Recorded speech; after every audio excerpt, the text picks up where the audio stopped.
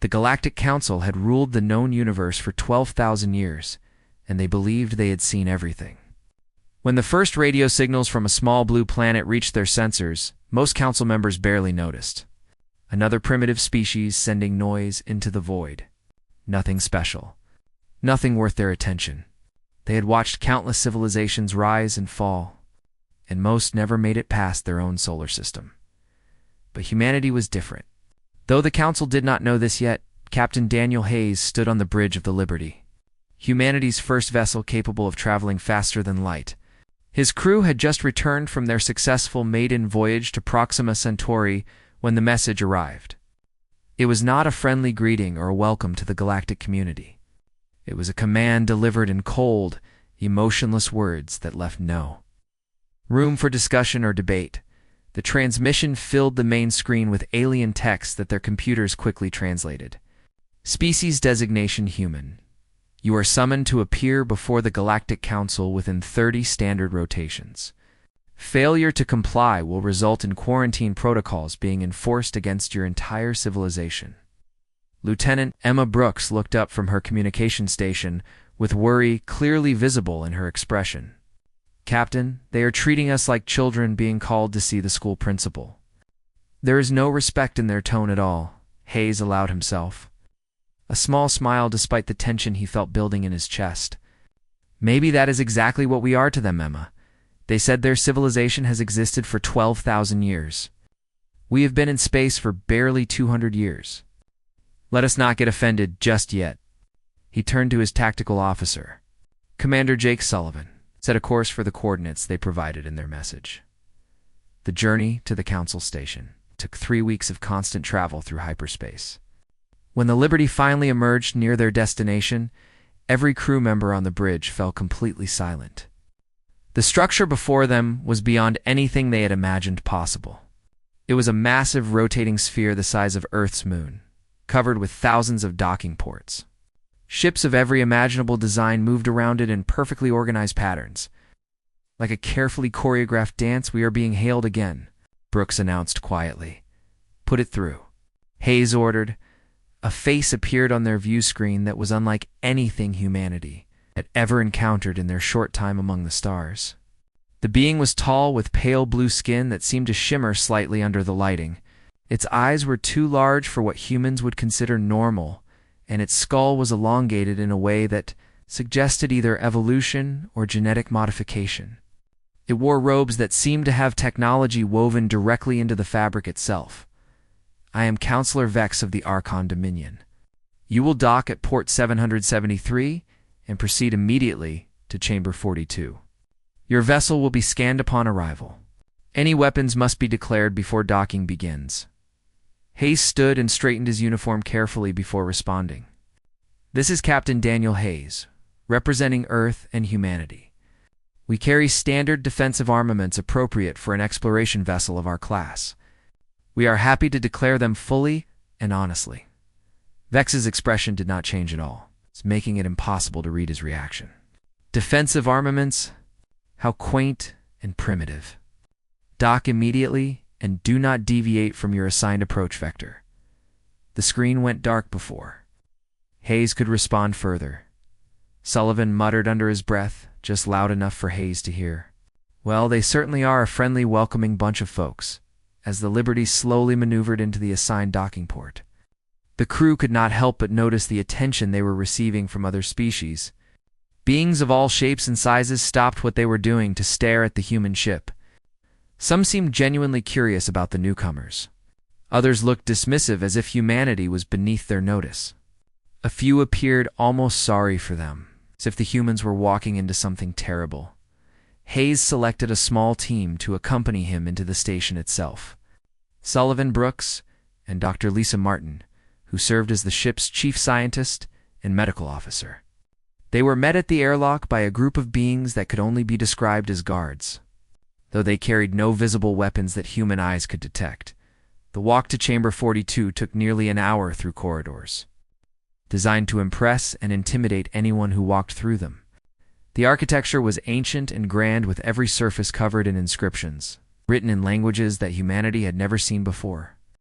Finally, After what felt like an eternity of walking, they were led into a vast amphitheater that could hold thousands of beings. The council sat in a semicircle, high above the floor where Hayes and his team stood. 12 beings each, representing a different species, and each radiating an aura of absolute unquestionable authority. At the center of the semicircle sat an enormous creature that resembled a praying mantis, its body covered in gleaming chitinous plates that reflected the chamber's lights. Humans. It spoke in a voice that was amplified throughout the massive chamber. I am High Counselor Zax. You have been summoned here today because your species has achieved faster than light travel without any council oversight or approval. This is unprecedented in recent galactic history, and it concerns us greatly. Hayes stepped forward carefully, very aware that he was representing all of humanity in this moment. With respect, Counselor Zax, we were not aware that we needed anyone's permission to explore our own galaxy. We meant no offense to your laws or customs, eh? A ripple of sound that might have been laughter, or might have been something else entirely echoed from the galleries high above where hundreds of other species watched the proceedings with great interest. Vex leaned forward from his position on the council. The galaxy is not yours to explore freely as you please. There are rules that must be followed, protocols that must be observed. There are zones that are restricted for very good reasons. There are wars that have been frozen in place by council decree. You cannot simply wander blindly into situations that you do not understand, and that could endanger countless lives. Dr. Martin spoke up in her most diplomatic tone. Then perhaps you could take the time to educate us properly, Counselor. We are eager to learn and to follow appropriate guidelines. Zax's massive eyes fixed on the humans with an intensity that made them feel like insects under a microscope. The galaxy is divided into 3 distinct zones. Green zones are designated for peaceful exploration and trade between species. Yellow zones are contested territories where active conflicts are ongoing between various factions. Red zones are quarantined for numerous reasons, including deadly diseases, ancient weapon systems, and unstable spatial anomalies. Your species is hereby restricted to green zones only until such time as you prove yourselves worthy of greater freedom and responsibility. Sullivan's voice carried a sharp edge that he did not bother to hide. Worthy? How exactly do we prove ourselves worthy to you? Another counselor spoke up, this one appearing to be made entirely of living crystal that pulsed with internal light. Through trials, of course, through service to the council and the greater galactic community, through demonstrating that you can follow our laws and contribute meaningfully to galactic stability and peace. Many species never advance beyond green zone restrictions. They simply lack the proper temperament or the necessary courage to face what lies beyond. Hayes felt his team tense beside him at those words. The courage, Counselor? Are you suggesting that humanity lacks courage? Zax made a clicking sound with his mandibles that might have been amusement or condescension. Yes, Captain Hayes. You see, we have thoroughly studied your broadcasts and transmissions. We have analyzed your history and examined your culture in great detail. You are clearly a violent species given your planet's nearly continuous state of warfare throughout its entire recorded history. However, we believe that despite all your aggressive posturing and military displays, you actually fear real battle when it truly matters. That is precisely why we doubt you will ever advance beyond your current restrictions. The trials we require involve situations where true courage, not mere violence, is absolutely paramount to success. The chamber fell into complete silence.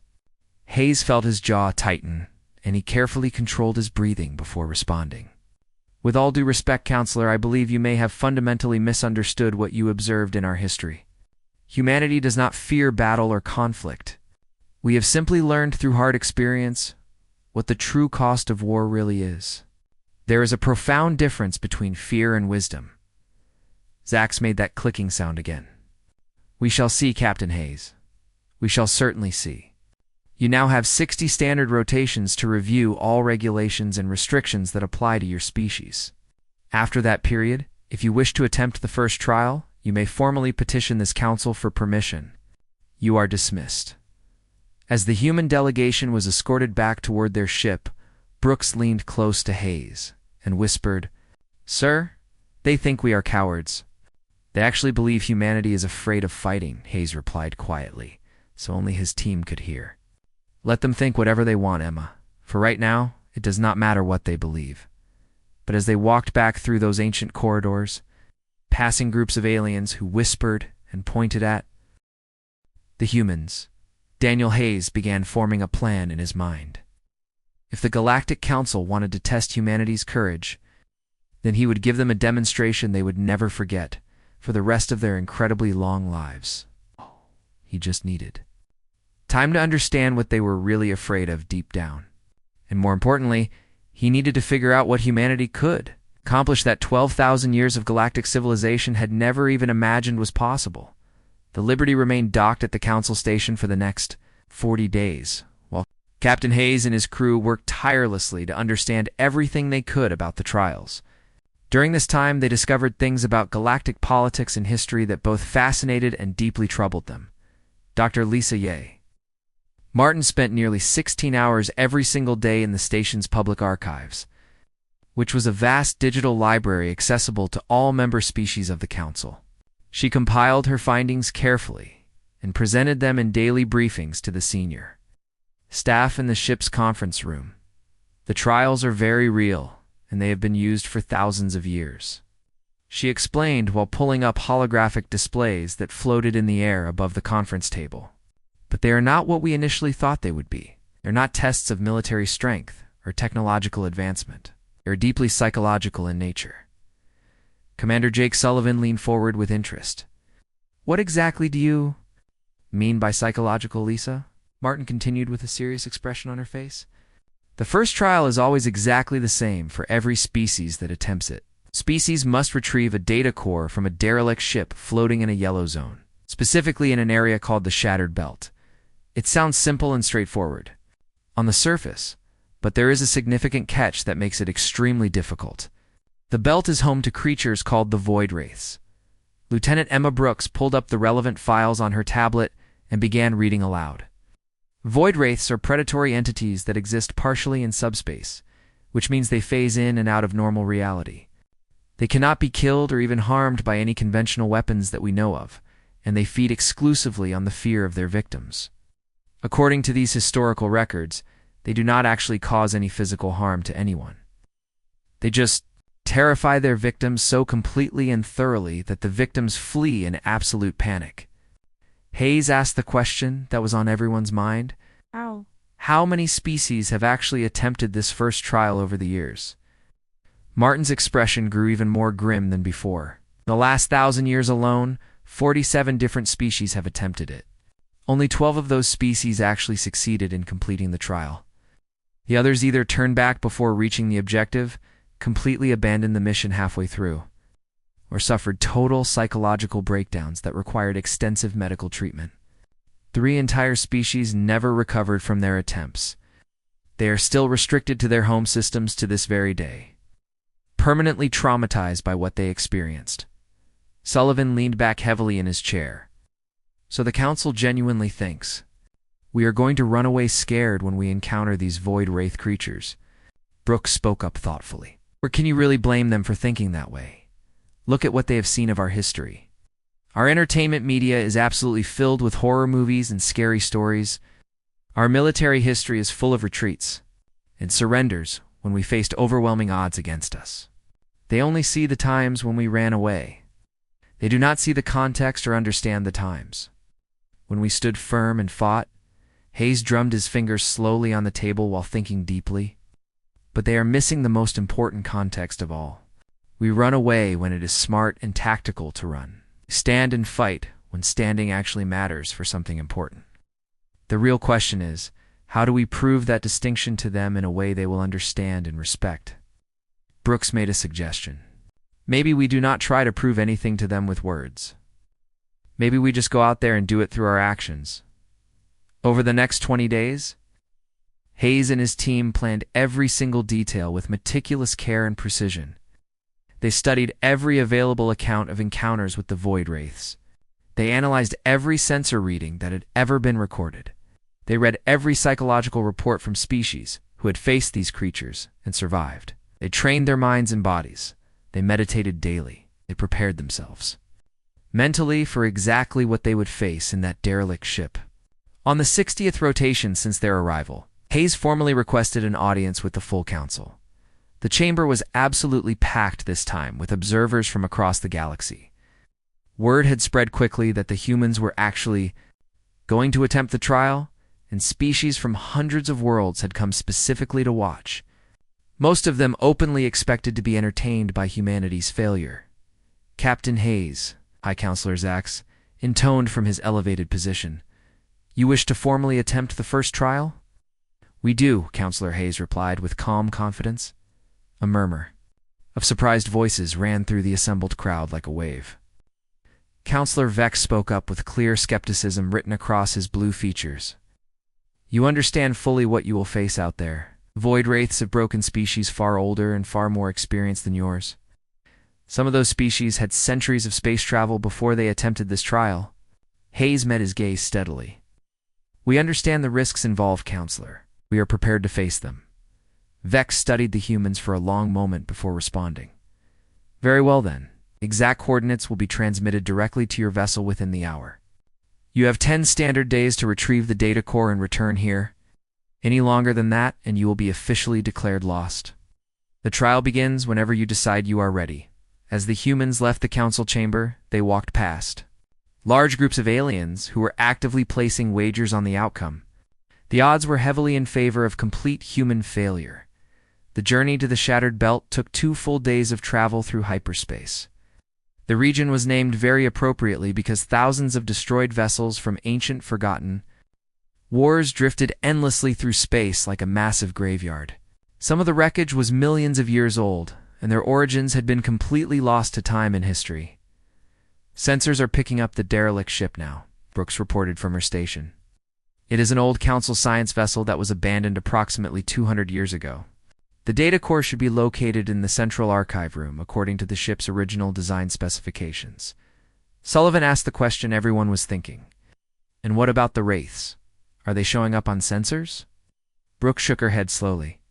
"No direct readings of them specifically, but there are very unusual subspace fluctuations scattered throughout the entire belt. They are definitely here somewhere watching and waiting." Hayes took a long, deep breath before giving his orders. "All right then. Sullivan, Martin, and I will take the shuttle across to the derelict. Brooks, you have command of the Liberty while we are gone. If we do not return within 6 hours, I want you to leave the belt immediately and report everything to the Council." Brooks protested immediately. "Sir, we are not just going to leave you there." Hayes's voice became firm. "That is a direct order, Lieutenant. Someone needs to get back to Earth and tell them what happened here if this goes wrong." The shuttle ride across the empty space to the derelict vessel was tense, but proceeded without incident. The ship loomed before them, growing larger with each passing moment, a massive vessel that had once been state-of-the-art technology. It was nothing more than a dark floating tomb with its hull breached in several places, an emergency. Lights flickering weakly inside. They docked carefully and entered through the main airlock. The very moment they crossed the threshold into the ship, the temperature seemed to drop dramatically, though their environmental suit sensors showed absolutely no actual change in temperature at all. Psychological effect already starting, Martin noted in a voice that wavered slightly despite her. Scientific training, they made their way carefully through corridors that were filled with floating debris and the disturbing remnants of the crew's final desperate moments. Whatever had happened on this ship, it had been chaotic and terrifying. Then they felt it arrive. It started as just a presence, like a heavy weight pressing down directly on their minds. The shadows in the corridors seemed to move independently of their helmet lights. Whispers echoed all around them in languages they could not understand, but somehow felt deep in their bones. Sullivan stopped walking abruptly with his hand instinctively moving to his sidearm. "They are here now. The wraiths are here." The first wraith materialized in the corridor directly ahead of them. It was completely impossible to describe in any adequate way. It was a shape that actually hurt to look at directly. It was a darkness that seemed to actively consume light itself. It was a presence that radiated pure, undiluted terror. toward them in a way that defied all known physics, flickering in and out of reality itself. Hayes felt fear slam into him like a physical blow to his chest. Every single instinct in his body screamed at him to run, to get back to the shuttle immediately, to flee this cursed place as fast as possible. Beside him, he could hear Martin's breathing accelerate rapidly, and Sullivan's hand was shaken visibly. But none of them ran away. "Remember the training we did?" Hayes said through gritted teeth while forcing himself to stay calm. "It is not physically real. The fear we feel is real, but the actual threat to our bodies is not. It cannot actually hurt us physically," Sullivan gasped, while trying to control his panic. "Telling myself that does not make it feel any less terrifying, Captain." More wraiths began appearing all around them, materializing from nowhere and surrounding them completely. The corridor filled with writhing shadows and whispered threats in a dozen alien languages. Horrifying images flashed directly through their minds, showing them their worst fears made completely manifest. Hayes saw Earth burning in nuclear fire. Sullivan saw his family dying slowly and painfully. Martin saw herself lost alone in deep space forever. "Keep moving forward," Hayes ordered, while forcing his legs to work despite every instinct telling him to run. "Acknowledge the fear you feel, but do not let it control your actions." Step by agonizing step. They advanced slowly through the ship while the wraiths pressed closer with overwhelming presence. Twice, Martin fell to her knees, sobbing uncontrollably. Once, Sullivan actually screamed in pure terror. Hayes himself nearly broke completely when a wraith showed him a vivid image of the Liberty being destroyed with his entire crew, dead because of his arrogance and pride. But each time someone faltered, they recovered. They helped each other stand back up. They reminded each other constantly of the mission and why it mattered. "We are human," Hayes said as much to himself as to his struggling team. "We have faced terrible fears before in our history. Every soldier who climbed out of a trench and charged into machine gun fire, every firefighter who ran into a burning building to save strangers, every person who did something absolutely terrifying because it needed to be done. This is just another fear to face and overcome." They finally reached the archive room. 3 hours after entering the derelict ship, the data core was exactly where it was supposed to be, sitting intact and pulsing with a soft blue light. The moment Hayes reached out and touched it with his gloved hand, the wraith screamed. It was a sound that existed only inside their minds, a screech of pure fury and frustration and confusion. The shadows writhed even more violently than before. Pressing in from all sides with renewed intensity, Martin observed with a shaky laugh. "They are angry that we are not running away like everyone else does," Sullivan replied, while clutching the data core tightly. "Good. Let them be angry. We have a job to finish." The return journey back to the shuttle was significantly worse than the trip in. The wraiths threw absolutely everything they had at the humans. Every fear, every doubt, every trauma from their past. Hayes relived watching his father die slowly from cancer. Sullivan faced overwhelming guilt over past mistakes he had made. Martin confronted her deepest insecurities about her own worth and abilities, but they walked through it all, supporting each other constantly and refusing to surrender to the overwhelming terror. When they finally stumbled back into the shuttle, gasping and shaking violently, the wraiths did not follow them inside. Instead, they gathered at the threshold of the airlock, simply watching silently as the humans departed. Brooks nearly cried with relief when the shuttle docked safely. "You actually made it back. My God, you really made it." Hayes handed her the data core with hands that were still trembling. "Set course for the council station immediately. Let us go show them exactly what humanity is made of." As the Liberty jumped away from the shattered belt, none of them noticed the unusual readings their sensors briefly picked up. The void wraiths were behaving differently than ever before, gathering in complex formations they had never shown in recorded history, as if they were discussing and analyzing what they had just witnessed. For the first time in thousands of years, the void wraiths were genuinely confused by their prey. The Liberty's return to the council station was completely different from their departure just days earlier. This time, dozens of ships moved aside immediately to give them priority docking access. As Captain Hayes and his team disembarked from their vessel, They found an unexpected delegation waiting for them at the airlock, including several counselors who had reportedly not left their chambers in years. High Counselor Zax himself stood at the very front of the welcoming group, his massive insectoid form somehow managing to convey genuine surprise despite his utterly alien physiology. "Captain Hayes," he said in a voice that lacked all of its previous condescension and superiority, "you have successfully retrieved the data core." Hayes held up the small device that had cost them so much fear and effort. "Intact and completely undamaged, exactly as you requested. Councillor. Councillor? Vex stepped forward, and his pale blue skin seemed even lighter than usual. "This is truly remarkable, Captain. Most species require 2 or 3 separate attempts before they succeed at this trial, if they ever manage to succeed at all. You completed it on your very first attempt, and more impressively, you brought your entire team back psychologically sound and functional. We trained extensively for it," Hayes replied with simple honesty. Zax repeated the word as if he was tasting something completely foreign. "Training. You trained specifically to face psychological horror. How does one even train for something like that?" Dr. Martin spoke up respectfully. "With all due respect, Counselor, humans have been facing psychological warfare, fear tactics, and terror for our entire recorded history. We have learned through hard experience that fear is just another challenge to understand and overcome. We acknowledge it fully. We understand where it comes from. But we refuse to let it control our decisions and actions."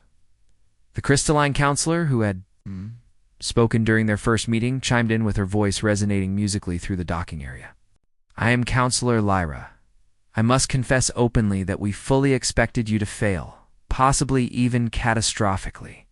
Your psychological profiles and historical records suggested a species that was prone to fear-based reactions and panic under pressure." "Commander." Sullivan could not help but laugh at the absurdity. "You thought we were cowards simply because we make horror movies for entertainment and have a military history that includes tactical retreats when necessary?" Vex chose his words carefully. "We thought you understood your own limitations quite well, actually." Hayes nodded slowly. "We do understand our limitations, Counselor. That is exactly why we succeeded where others failed. We knew we would be absolutely terrified during this trial. We prepared for that inevitability. We did not expect to be brave or fearless. We expected to be scared out of our minds and do the job anyway despite that fear. That is what real courage actually is." A long, heavy silence followed his words. Zax's mandibles clicked together thoughtfully several times before he spoke again. "You have passed the first trial in record time. Normally, there would be an extended period of evaluation and assessment before the second trial is even offered to a species. However, given your truly exceptional performance, the Council is prepared to offer you the second trial immediately if you wish to attempt it." Hayes exchanged quick glances with his team members. They were all physically and mentally exhausted from their recent ordeal, but he could clearly see the determination burning in their eyes. Despite their fatigue, what exactly is the second trial, Counselor? Lyra stepped forward to explain. "A rescue mission. 3 weeks ago, a large colony ship carrying 5,000 Valorian refugees was viciously attacked by raiders near the Crimson Nebula. The ship managed to escape the initial attack, but sustained heavy damage and is now drifting helplessly in space. The nebula itself interferes severely with all sensors and communication systems. The raiders are still actively patrolling the area, waiting patiently for any rescue attempt so they can finish what they started. They have superior numbers and overwhelming firepower. Hayes understood immediately. And you want us to rescue those 5,000 people." Zax corrected him carefully. "We want you to attempt the rescue, Captain. 3 Council security vessels have already tried to complete this mission. All 3 were forced to withdraw when they encountered the full Raider fleet. The Raiders currently have 15 heavily armed warships. Your Liberty is merely an exploration vessel with minimal defensive weaponry. The logical and sensible action would be to wait for a proper military response, but that will take several weeks to organize. The refugees have only days of life support remaining at most." Sullivan said flatly what everyone was thinking. So this trial is really to see if we will attempt what amounts to a suicide mission. Vex spoke carefully while watching their reactions. The trial is to see if you truly understand the critical difference between courage and foolishness, to see if you can properly assess risk and make appropriate decisions. Many species throughout history have thrown away countless lives attempting to be heroes without thinking. We value wisdom and sound judgment alongside bravery. Hayes turned to face his crew directly. I need to confer privately with my team before making any decision. Is there somewhere we can talk? They were shown to a private conference room that overlooked the station's massive main concourse.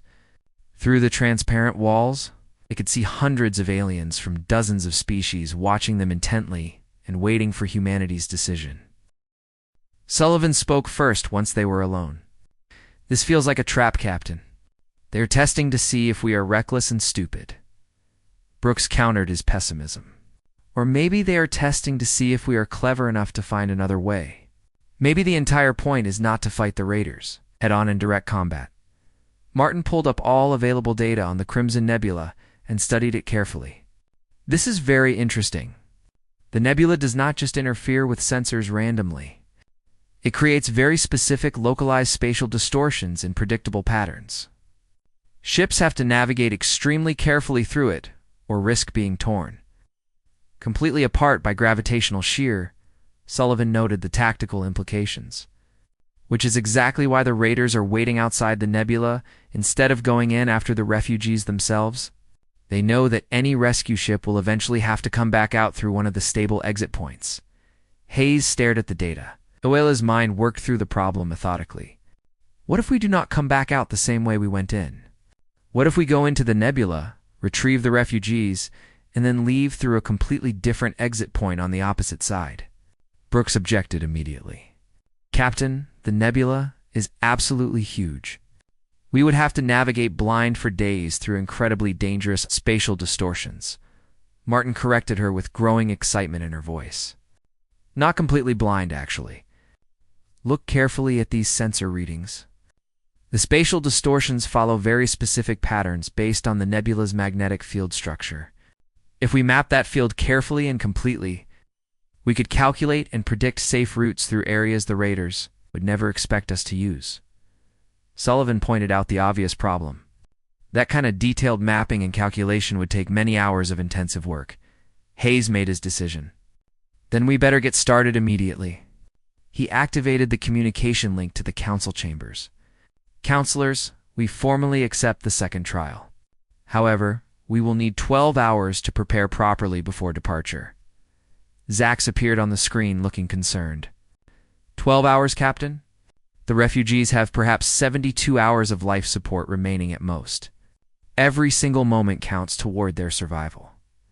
Hayes remained firm, and if we rush in completely unprepared, we will just add ourselves to the casualty list without saving any one counselor. 12 hours. We will launch at exactly 0800 station time. The Liberty's crew worked tirelessly through the entire night without rest. Dr. Martin and her entire science team mapped the nebula's complex magnetic field using every available sensor reading they could access from Council archives. Brooks coordinated directly with Earth Command, explaining the dangerous situation and formally requesting approval for the high-risk mission. Sullivan and the tactical team studied everything known about the Raiders, tactics and capabilities. 8 hours into their intense preparation, they received a completely unexpected visitor.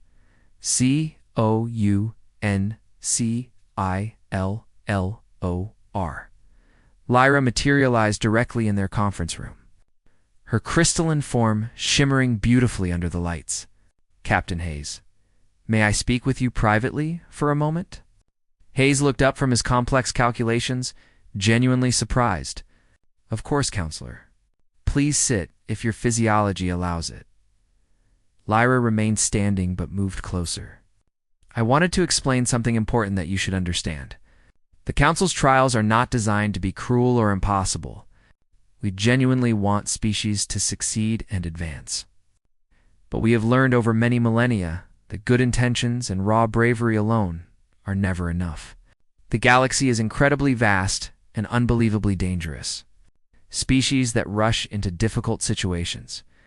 Without proper preparation, very often do not survive their mistakes.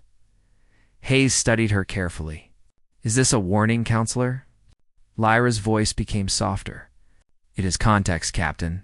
The 3 ships that attempted this rescue mission before you, they were all crewed by the Korathi, a renowned warrior species known throughout the galaxy for their legendary courage and fighting spirit. They went in with vastly superior firepower and absolute confidence in their abilities, and they retreated because they quickly realized they were about to be completely slaughtered, and their deaths would not have saved a single refugee life. Hayes absorbed this information. But you are still asking us to try anyway, because sometimes, Captain, the answer is not more firepower or more raw courage. Sometimes it is simply a different perspective, a completely new approach to an old problem. Humanity is young and relatively untested, but you think very differently than species who have followed council protocols for thousands of years. She moved toward the door, then paused. The galaxy desperately needs species who can see creative solutions where we see only impossible problems. But it also needs species wise enough to know when to withdraw and preserve lives. We sincerely hope you are both. After she left, Sullivan whistled low. That was either encouragement or a very polite warning to back out. While we still can, Hayes considered both possibilities. Maybe it was both things at once, which is exactly why we are going to succeed where the mighty Korathi warriors failed. We are not going to fight the raiders at all. We are going to make them completely irrelevant to the outcome. At exactly 0800 station time, the Liberty departed, while half the station's massive population watched from observation. Decks, or via transmitted video feeds. In the council chambers, all 12 counselors monitored the mission personally. The journey to the Crimson Nebula took 18 hours of constant travel. As they approached, their sensors clearly confirmed the Raider fleet's position with 15 warships, arranged in a loose but effective perimeter around the nebula's most accessible exit point. They are hailing us now, Brooks reported.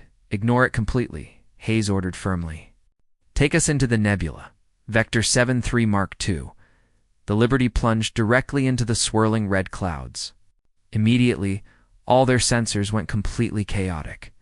The ship shook violently as spatial distortions pulled at the hull. Navigating by magnetic field mapping, Brooks announced, with tension clear in her voice. Following the calculated safe route exactly, for 6 grueling hours they carefully threaded their way through the nebula. Twice they had to stop completely and recalculate when distortions proved stronger than predicted. Once they nearly collided with a drifting fragment of a destroyed ship from some long-forgotten battle. Then finally, their sensors picked up the refugee ship. It was massive and designed to carry thousands, but it was clearly dying. Multiple hull breaches leaked precious atmosphere. Power fluctuated wildly, and it was completely helpless, drifting in one of the few stable pockets within the deadly nebula. Hailing them now, Brooks said. A Valorian appeared on screen, thin and insectoid, with multiple compound eyes, showing clear fear and exhaustion. Please, whoever you are, we desperately need help. Our drives are completely dead. Life support is failing rapidly. There are children here, Hayes spoke calmly. This is Captain Daniel Hayes of the Earth vessel Liberty. We are here to rescue every single one of you. How many can your escape pods hold? Perhaps half our population, but we have nowhere safe to send them. The raiders are waiting outside. Hayes smiled confidently. The raiders will not be a problem at all. Here is exactly what we are going to do.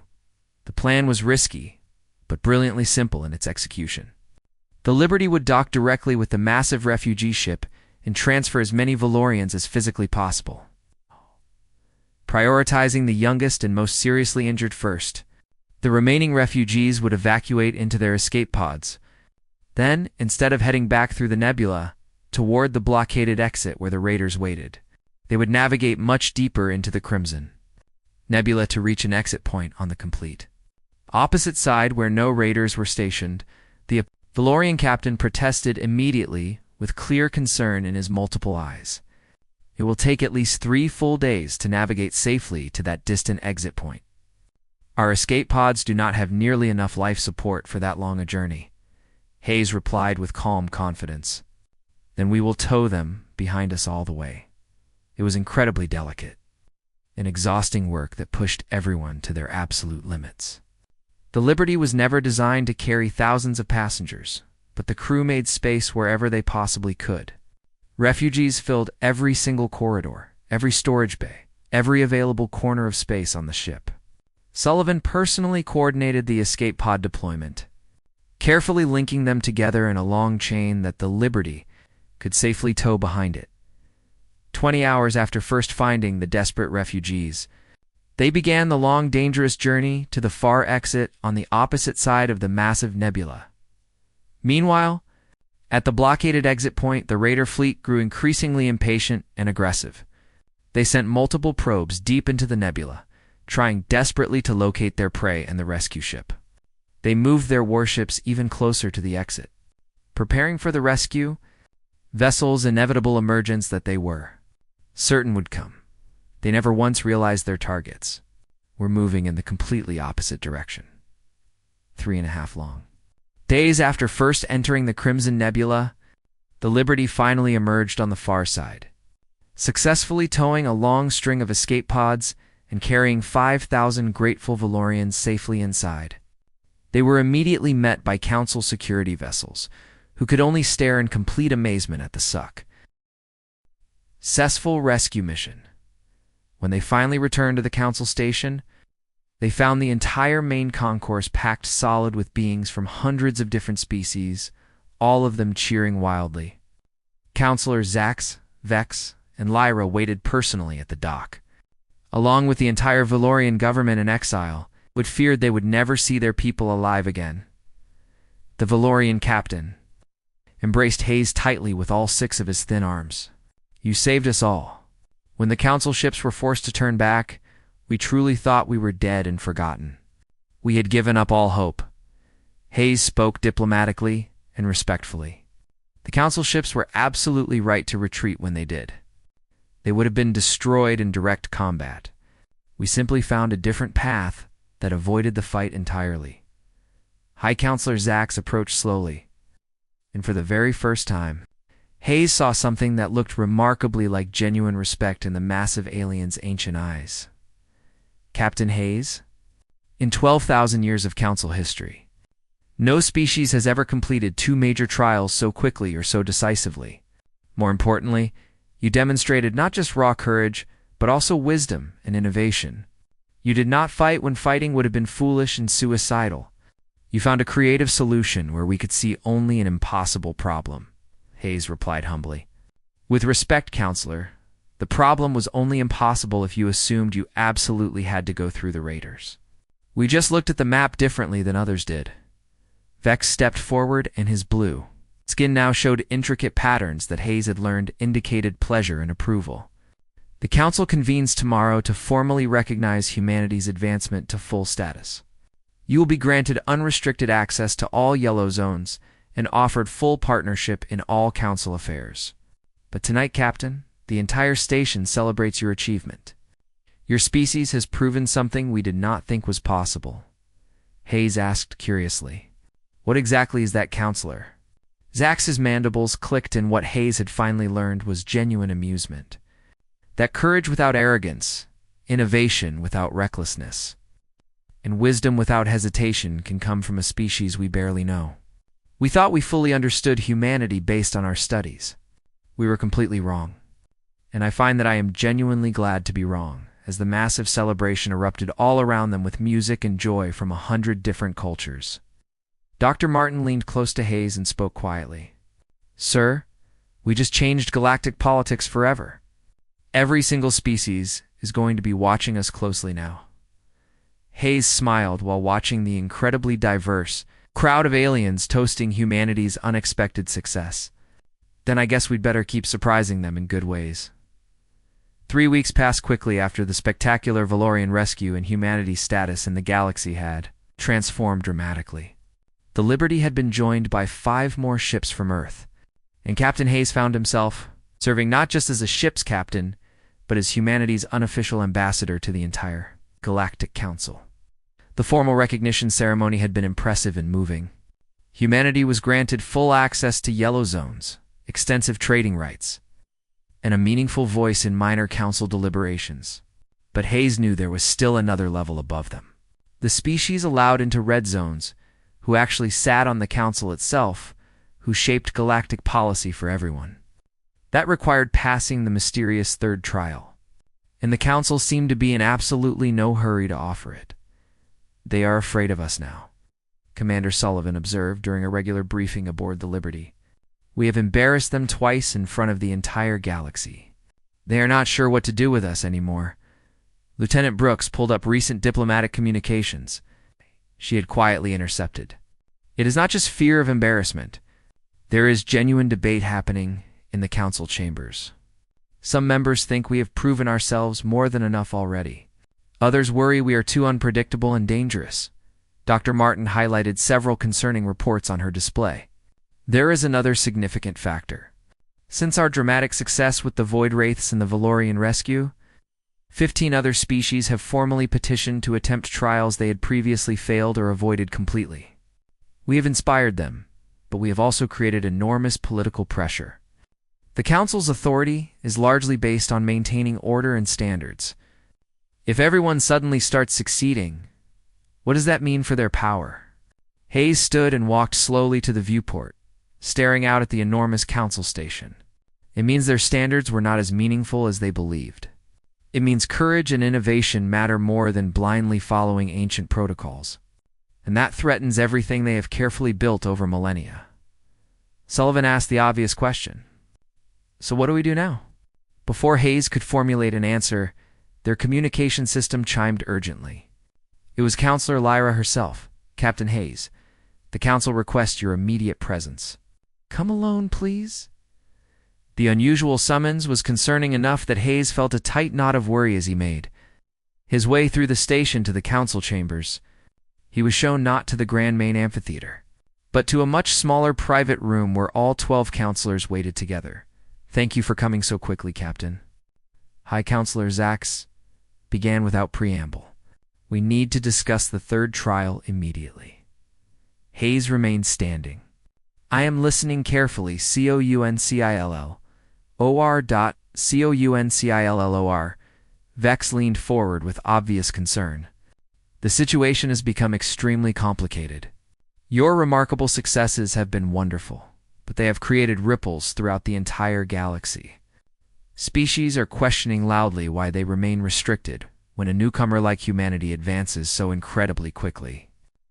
We are facing serious criticism that our standards are arbitrary and unfair." Hayes asked carefully. "Are they arbitrary?" A heavy, uncomfortable silence fell over the room. Finally, Lyra spoke with her musical voice. "Perhaps some of them have become arbitrary over time. The Council has existed for so long that we have become overly focused on maintaining stability rather than actively encouraging growth. Your species has reminded us rather forcefully that new perspectives have real value. But that creates a serious problem for us." Zax continued the explanation. "The third trial has always been the most difficult because it requires something many species fundamentally lack: the ability to truly change. The trial is this: find a workable solution to a problem Council has been completely unable to solve for over a century. A holographic display suddenly activated, showing a star system with 3 inhabited planets orbiting a yellow sun. This is the Talon system," Vex explained while manipulating the display.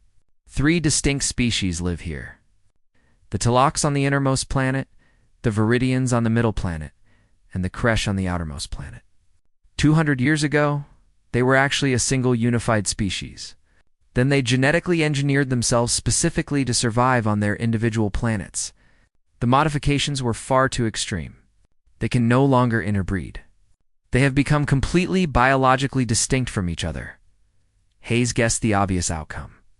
"And now they are at war with each other," Lyra confirmed sadly. "Constantly and brutally. They fight over resources, territory, ideology, and ancient grudges that should have been forgotten. Each group claims the entire system belongs to them as the only true inheritors of their original species. The Council has tried everything: mediation, economic sanctions, even direct military intervention. Nothing works. They absolutely refuse peace. Hayes understood the challenge. What does this have to do with the trial? Zax's massive eyes fixed intently on Hayes. The trial is to bring lasting peace to the Talon system, not a temporary ceasefire that will collapse. Real, permanent peace. Do this successfully, and humanity will be granted full council status, including a permanent seat at this table and unrestricted access to all red zones. Hayes studied the display carefully. How many species have attempted this particular trial? Vex replied very quietly. 7 species over the centuries. All 7 failed completely. One species spent 50 full years working on the problem. Before finally admitting defeat, Hayes asked the critical question. And if we fail? Lyra assured him gently. Nothing punitive will happen. You would retain your current status, but the opportunity to advance further would be closed, perhaps permanently. The Council cannot be seen offering endless attempts at advancement. Hayes took a long, slow breath. I will need to consult with my team and with Earth's command. Can I have 48 hours? Zax agreed immediately. Of course, Captain. But please understand something important. We are not ordering you to do this. We are offering you the chance to try. There is absolutely no shame in declining such a difficult challenge.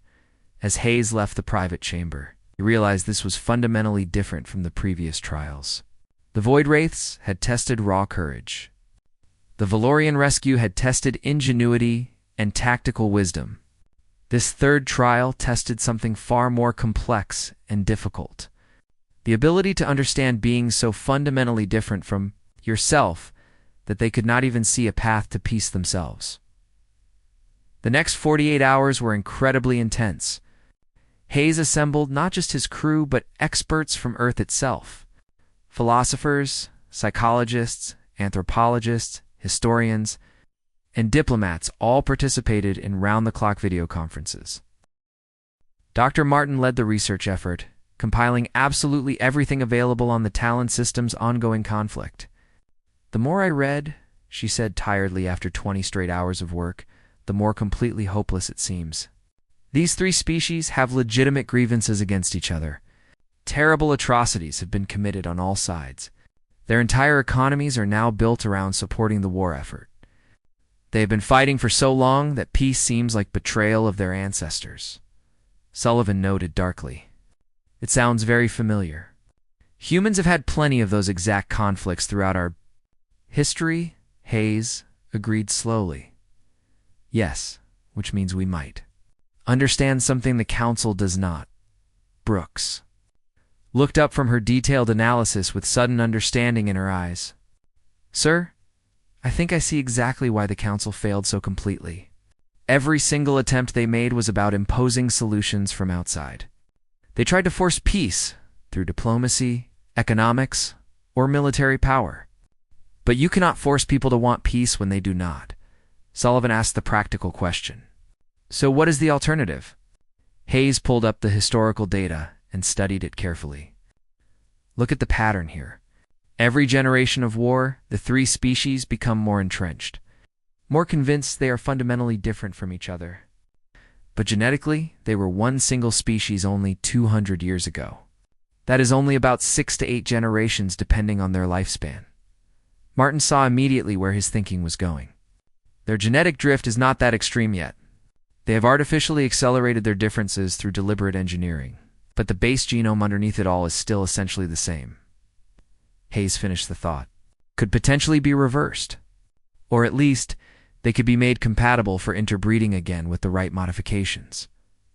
Brooks objected immediately. That is a truly massive undertaking, Captain. We are talking about genetic engineering on a planetary scale, affecting billions of individuals. Hayes shook his head. No. We are talking about offering them a real choice. Show them it is actually possible to become one unified species again, and let them decide freely if that is what they truly want for their future. Over the next week, Hayes presented his radical proposal to the full council. It was met with immediate skepticism and doubt. You want to offer them genetic reintegration? Vex sounded completely incredulous. Captain, they deliberately chose to separate themselves. Why would they possibly want to reunite now? Hayes explained patiently. Because the separation was supposed to let them thrive on different planets. Instead, it started a war that is slowly destroying all three worlds. If we can show them a realistic path back to unity, maybe they will take it. Or maybe they will not. But at least it is a choice they have never been offered before. Zax objected strongly. The genetic engineering alone would take many years to develop and implement safely. Hayes remained firm.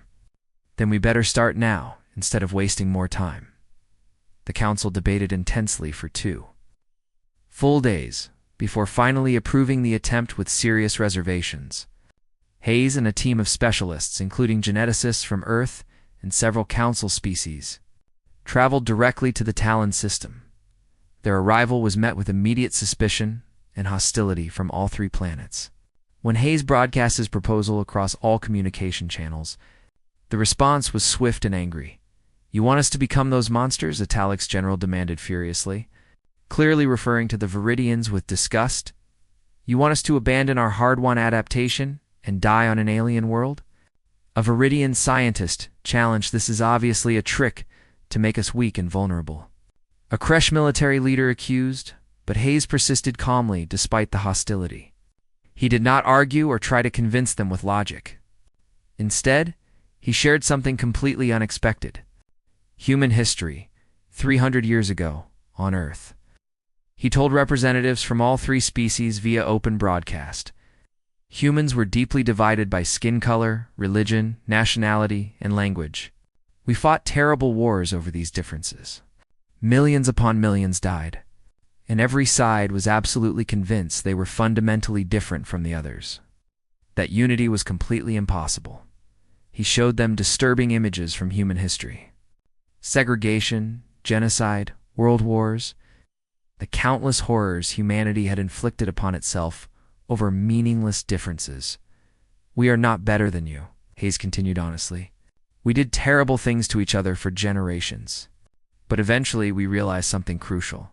The differences we were fighting over were real, but they were also trivial compared to what united us. We were all human. We all wanted to live, to prosper, to see our children grow safely. A Viridian diplomat responded. Your species found unity. Ours has found only difference and hatred, Hayes replied gently. Because you engineered yourselves specifically to be different 200 years ago. You made a choice to adapt to your planets. I am simply offering you a different choice now. To adapt back to each other, the debate raged furiously across all 3 planets for weeks. Hayes and his team worked closely with volunteer scientists from each species, proving conclusively that genetic reintegration was theoretically possible. They showed detailed models of how a unified species could thrive on all 3 planets with proper technology and rotation systems. Slowly. Surprisingly, something began to change in small ways.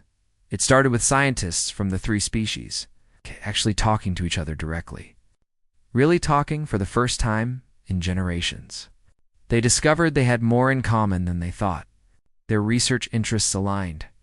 Their dreams for their people were remarkably similar than families living on the borders between territories. People who had lost loved ones to the endless war began reaching out carefully to each other. Shared grief became an unexpected bridge. 6 months into the project, the first referendum was held simultaneously on all 3 planets. Do you support exploring genetic reintegration and potential reunification? The vote was extremely close on all 3 worlds. But on all 3 worlds, yes won. Even if only by slim margins, it would take years to actually implement. The genetic work alone would require an entire generation. But peace came to the Talon system not because someone forced it, but because Hayes had given them a reason to hope for something better than endless war. When Hayes returned to the council station, he found the entire galaxy watching closely. The impossible had happened. The unsolvable problem had been solved, or at least, a clear path to solution had been opened. High Counselor Zax met him personally at the dock, and this time the massive alien actually bowed respectfully. Captain Hayes, you have done what the Council could not accomplish in a century. You showed wisdom beyond your years as a species. The third trial is passed. Hayes replied carefully. Thank you, Counselor, but I need to be clear about something important. We did not solve the talent conflict. They solved it themselves. We just gave them a tool and a reason to hope. That is all any outsider can ever really do. Lyra's crystalline form shimmered with pure pleasure. That is precisely why you passed, Captain. You understood that some problems cannot be solved by others, only by those who actually live them. Now, please come. The Council convenes to formally grant humanity full status. You will take your seat among us. The ceremony granting humanity full Council status was the most elaborate event the galaxy had seen in centuries. Representatives from over 300 species filled the grand amphitheater, and broadcasts reached billions across dozens of sectors. Captain Daniel Hayes stood before the Council, no longer as a supplicant, but as an equal. The eye of the moment pressed on him, not oppressively, but with the gravity of responsibility. By unanimous decision of this Council, Zax announced formally, humanity is granted full membership and all associated rights and responsibilities.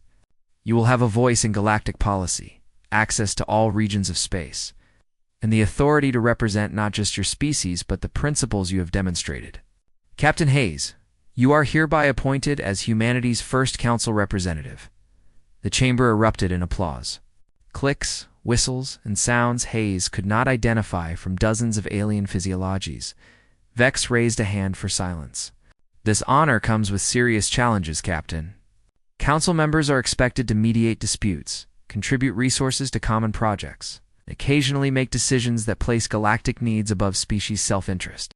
Are you and humanity prepared for this? Hayes met his gaze steadily. We are prepared to try, Counselor.